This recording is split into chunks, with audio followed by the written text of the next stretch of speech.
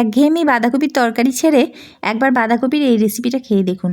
ভাত, রুটি, লুচি, পরোটা যে কোনো জিনিসের সাথে খেতে ভালো লাগবে। নমস্কার বন্ধুরা, হেসেল বনলকিতে আপনাদের সকলকে স্বাগত। তাছাড়া এই রেসিপিটা বানিয়ে নিলে লাঞ্চ অথবা ডিনারের একটা তরকারি তো হয়েই যাবে।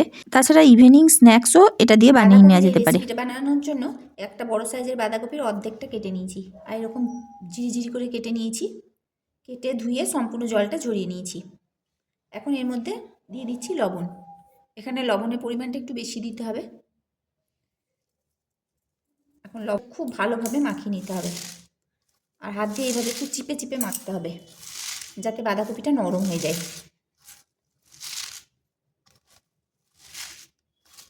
লবণটা মাখিয়ে এটাকে আধ ঘন্টার জন্য রেখে দিতে হবে, তাতে বাঁধাকপিতে অনেকটাই জল বেরিয়ে আসবে আর বাঁধাকপিটাও নরম হয়ে যাবে। খুব ভালোভাবে মাখাতে হবে, যত ভালোভাবে মাখানো হবে তত তাড়াতাড়ি বাঁধাকপিটা নরম হবে। দেখুন বন্ধুরা, আমি 1 মিনিট ধরে এইভাবে চিপে চিপে বাঁধাকপিটা মাখিয়ে নিলাম, তাতে বাঁধাকপিটার পরিমাণটা কতটা পরিমাণ কমে গেল। এটা রেস্টে রাখলে আরও কমে যাবে, আর এই বাঁধাকপিটাতে অনেকটা পরিমাণ জল বেরিয়ে আসবে। এখন এটা ঢাকা দিয়ে আধ ঘন্টার জন্য রেস্টে রাখছি। আধ ঘন্টা বাঁধাকপিটা রেস্টে রেখেছিলাম। দেখুন বাঁধাকপি থেকে কতটা পরিমাণ জল বেরিয়েছে। এখন জলটা এভাবে চিপে নেব।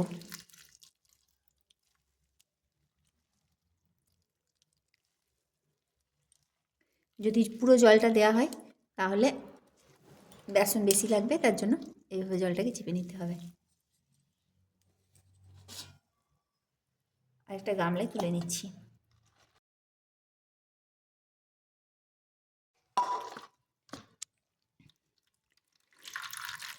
এতটা জল বেরিয়ে যাবে বলেই নুনটা বেশি দিয়েছিলাম। এখন আর নুন দেবো না, কারণ জলের মধ্যে অনেকটা নুন বেরিয়ে গেল, এর জন্য নুনটা বেশি দিয়েছিলাম পরিমাণটা।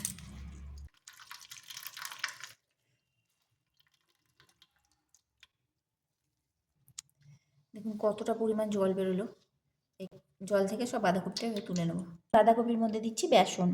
এখন আপাতত 4 চামচ দিচ্ছি, যেমন লাগবে সেরকম দিতে হবে, তাই পরিমাণটা আগে থেকে বলা যায় না, মাখার সময় বোঝা যায় কীরকম লাগবে।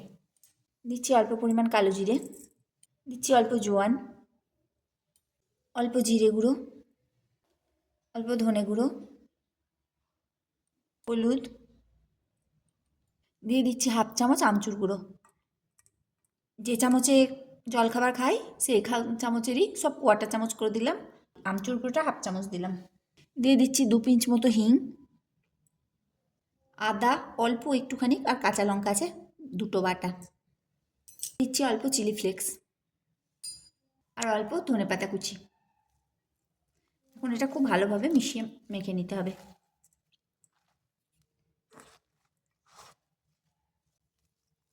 হাত দিয়ে একটু চিপে চিপে মাখতে হবে, যেহেতু অনেকটা পরিমাণ জল ফেলে দিয়েছি, তাও বাঁধাকপি থেকে জল বেরোবে। এইভাবে চিপে চিপে মাখলেই মাখা হয়ে যাবে। যদি বেসন লাগে তাহলে আরও দিতে হবে। লবণটা প্রথমে একটু বেশি পরিমাণ দিয়েছিলাম, আর এখন লবণ দিলাম না। এখানে আরও বেসন লাগবে মনে হচ্ছে, আরও বেসন দিচ্ছি। বেসনের পরিমাণটা আপনারা মাখার সময় বুঝতে পারবেন কেমন লাগবে না লাগবে। আমি আরও 2 চামচ বেসন দিয়ে দিলাম। পরিমাণটা আগে থেকে ঠিক বলা যায় না, যতটা পরিমাণ বাঁধাকপি থাকবে সেরকমই বেসন লাগবে। বড় সাইজের বাঁধাকপি অর্ধেক নিয়েছিলাম, প্রায় বাঁধাকপিটা 2 কেজি ওজন হবে, তার অর্ধেক নিয়েছিলাম। 6-7 চামচ বেসন দিলাম। বাঁধাকপিটা চিপে যতটা পরিমাণ জল বার করা যাবে তত বেসন কম লাগবে, তাই বেশি করে জলটাকে চিপে বার করে নেবেন, তাহলে বেসনের পরিমাণটা কম লাগবে। আর বাঁধাকপির টেস্টটাও ভালো হবে, বেশি নরম হবে খেতে। আর বেসন বেশি থাকলে বাঁধাকপির টেস্টটা বেশি পাওয়া যাবে না, সেখানে বেসন বেসন খেতে লাগবে। আমি এখানে 1 চামচ বেসন দিয়ে দিলাম। যেহেতু বাঁধাকপির পরিমাণটা বেশি আছে, বেসনটা বেশি লাগছে। এটা মাখানো হয়ে গেল, আর বেসন লাগবে না। মোট 7 চামচ বেসন দিলাম। এখন একটা নিয়েছি থালা, আর তার মধ্যে নিচ্ছি 1 চামচ মতো তেল। তেলটা গোটা থালাতে খুব ভালো করে মাখিয়ে দিতে হবে। এখন এই বাঁধাকপিটা এই থালার মধ্যে দিয়ে দিচ্ছি, আর এইভাবে বসিয়ে দিতে হবে।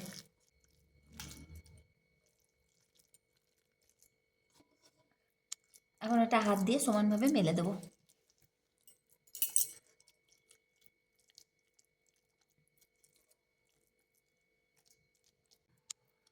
খুব ভালোভাবে সমান করে বসিয়ে নিতে হবে। এইভাবে আমি সমস্ত বাঁধাকপিটা হাত দিয়ে এইভাবে সমান করে বসিয়ে নিলাম। সে একটা কড়াইয়ে বসিয়েছি জল, তার মধ্যে দিয়ে দিয়েছি একটা স্ট্যান্ড। এখন এই থালাটা এর মধ্যে চাপিয়ে দিচ্ছি।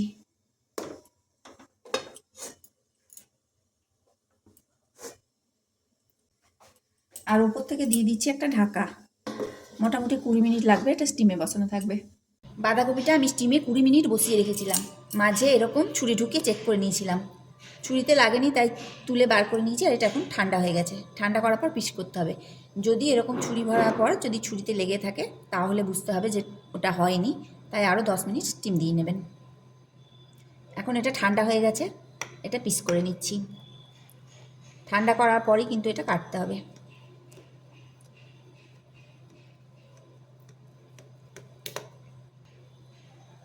সাইজটা আপনাদের মনের মতন করতে পারেন, আমি একটু বড় সাইজ করেই করছি।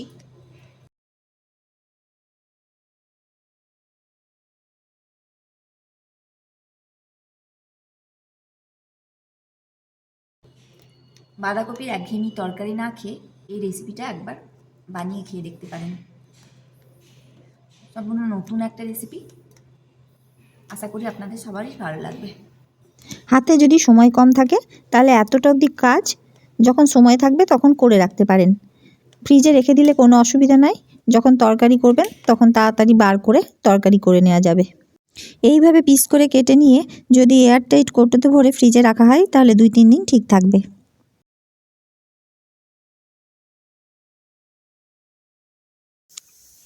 এইভাবে সব পিসগুলো আমি তুলে নেব। আর যেহেতু এটা বাঁধাকপি, তার জন্য সাইড থেকে একটু তো বেরিয়ে যাবেই, হাত দিয়ে একটু এমনি করে লাগিয়ে দেবেন, তাহলেই লেগে যাবে। আমার এতটা লাগবে না, তাই আমি নিলাম একটা টিফিন বক্স। আর এগুলো ফ্রিজে কিছুটা রেখে দেবো। এগুলো স্যালো ফ্রাই অথবা ডিপ ফ্রাই করে ইভিনিং স্ন্যাক্স হিসাবে খাওয়া যায়। একদিকে চা বসিয়ে আরেকদিকে এগুলো ভেজে নিতে 2 মিনিটও সময় লাগে না। আমি অর্ধেকটা তরকারি করব আর অর্ধেকটা রেখে দেবো ইভিনিং স্ন্যাক্সের জন্য। তাই ইভিনিং স্ন্যাক্স হিসেবে খেতেও খুব ভালো লাগে, সস দিয়ে খাওয়া যায়। আর বাকি এইগুলো আমি তরকারি করব, ভেজে নিয়েও করা যেতে পারে, আবার এমনিও করা যেতে পারে। যদি আপনারা তেল কম খান তাহলে না ভেজেও বানানো যেতে পারে। আজকে আমি না ভেজেই তরকারিটা করব, দেখতে থাকুন সম্পূর্ণ রেসিপিটা। এখন একটা বাটিতে নিলাম এই চামচের 4 টেবিল চামচ টক দই। দইয়ের মধ্যে দিচ্ছি 1/2 চামচ জিরে গুঁড়ো, 1/2 চামচ ধনে গুঁড়ো। মশলাটা ইচ্ছা করে আপনারা পরিমাণ বাড়িয়ে বা কমিয়ে নিতে পারেন। দিয়ে দিচ্ছি পরিমাণ মতো হলুদ, দিয়ে দিচ্ছি ঝাল লঙ্কা গুঁড়ো, অল্প পরিমাণ দিলাম, কাঁচা লঙ্কা বাটা দেবো। কালারের জন্য দিচ্ছি অল্প কাশ্মীরি লঙ্কা গুঁড়ো। 1 চামচ বেসন শুকনো কড়াইয়ে আগেই ড্রাই রোস্ট করে রেখেছিলাম। বেসন রোস্ট করা যদি থাকে না তাহলে মশলাটা কষতে বেশি টাইম লাগে না। আর এরকম রোস্টেড বেসন দিয়ে তরকারির টেস্ট খুব ভালো হয়। এরকম কালার ধরা অবধি ভেজে নিয়েছিলাম, আর কালার ধরলেই গ্যাসটা বন্ধ করে দিয়েছিলাম। বেশিক্ষণ থাকলে কড়াই পুড়ে যাবে বলে কড়াই থেকে ঢেলে রেখেছিলাম। এখন এর মধ্যে দিচ্ছি সেই ড্রাই রোস্ট করা বেসন, 1 চামচ বেসন ড্রাই রোস্ট করা। এখন এটা খুব ভালোভাবে গুলে নিতে হবে।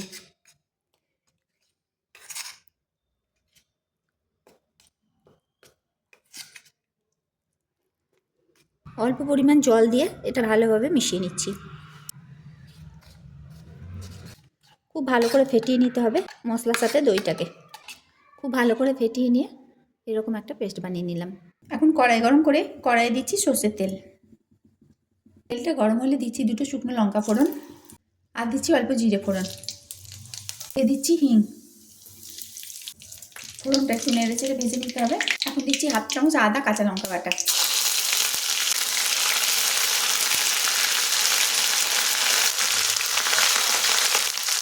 আদাটা একটু ভেজে নেওয়ার পর যখন কাঁচা গন্ধটা চলে যাবে তখন এই রেডি করা মশলাটা দিয়ে দিচ্ছি।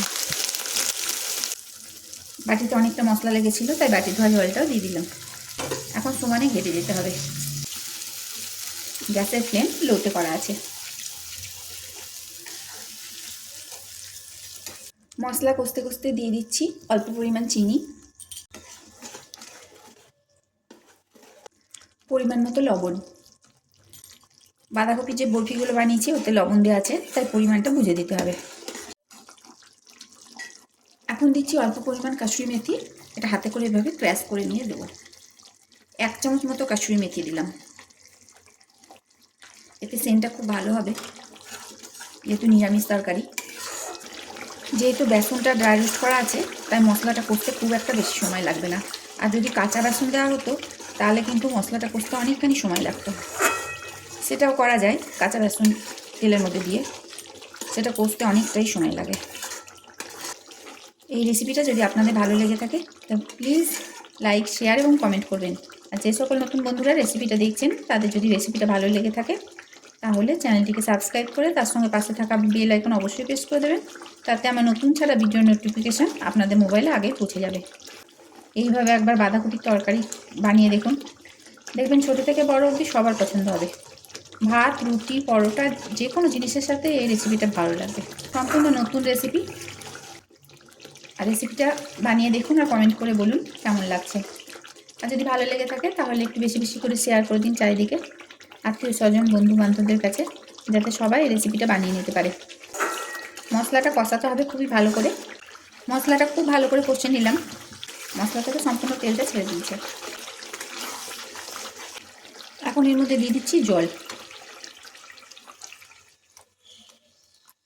পরিমাণ মতো জল দিয়ে দিলাম। আপনারা যেরকম লাগবে সেই রকম পরিমাণে জল দেবেন। খুব ভালো করে মিশিয়ে নিতে হবে। এখন কারিটা ফুটতে শুরু করেছে, গ্যাসের ফ্লেমটা লোতে করে দিলাম। আর এই বাঁধাকপির বরফিগুলো এক এক করে ছেড়ে দিচ্ছি।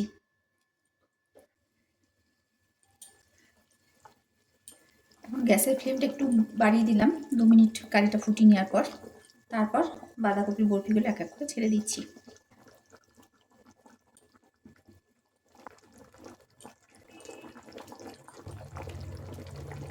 বেশিক্ষণ ফোটাতে হবে না, ফুটতে শুরু করেছে। এখন গ্যাসের ফ্লেমটা লোতে করে দিলাম, 2 মিনিট ফুটিয়ে নিলেই হবে। আর থালাতে যেগুলো লেগে থাকে সেগুলো এরকম গোল বল করে নিয়ে একটু চ্যাপটা করে দিলেই কারিতে দিয়ে দেওয়া যাবে। বেশি নাড়াচাড়া করা দরকার নেই, তাহলে ভেঙে যাবে। হালকা হাতে একটু নেড়ে দিচ্ছি এভাবে। এটা এখন হয়ে গেছে। এখন এর মধ্যে ছড়িয়ে দিচ্ছি কুচানো ধনেপাতা দিয়ে গ্যাসটা বন্ধ করে দিচ্ছি। রেসিপিটা আমার হয়ে গেল। বাঁধাকপির বরফিগুলো কতটা সুন্দর হয়েছে, একটা বরফিও ভাঙেনি। সমস্ত রেসিপিটি দেখার জন্য হেসেল বনলক্ষ্মীর তরফ থেকে অসংখ্য ধন্যবাদ।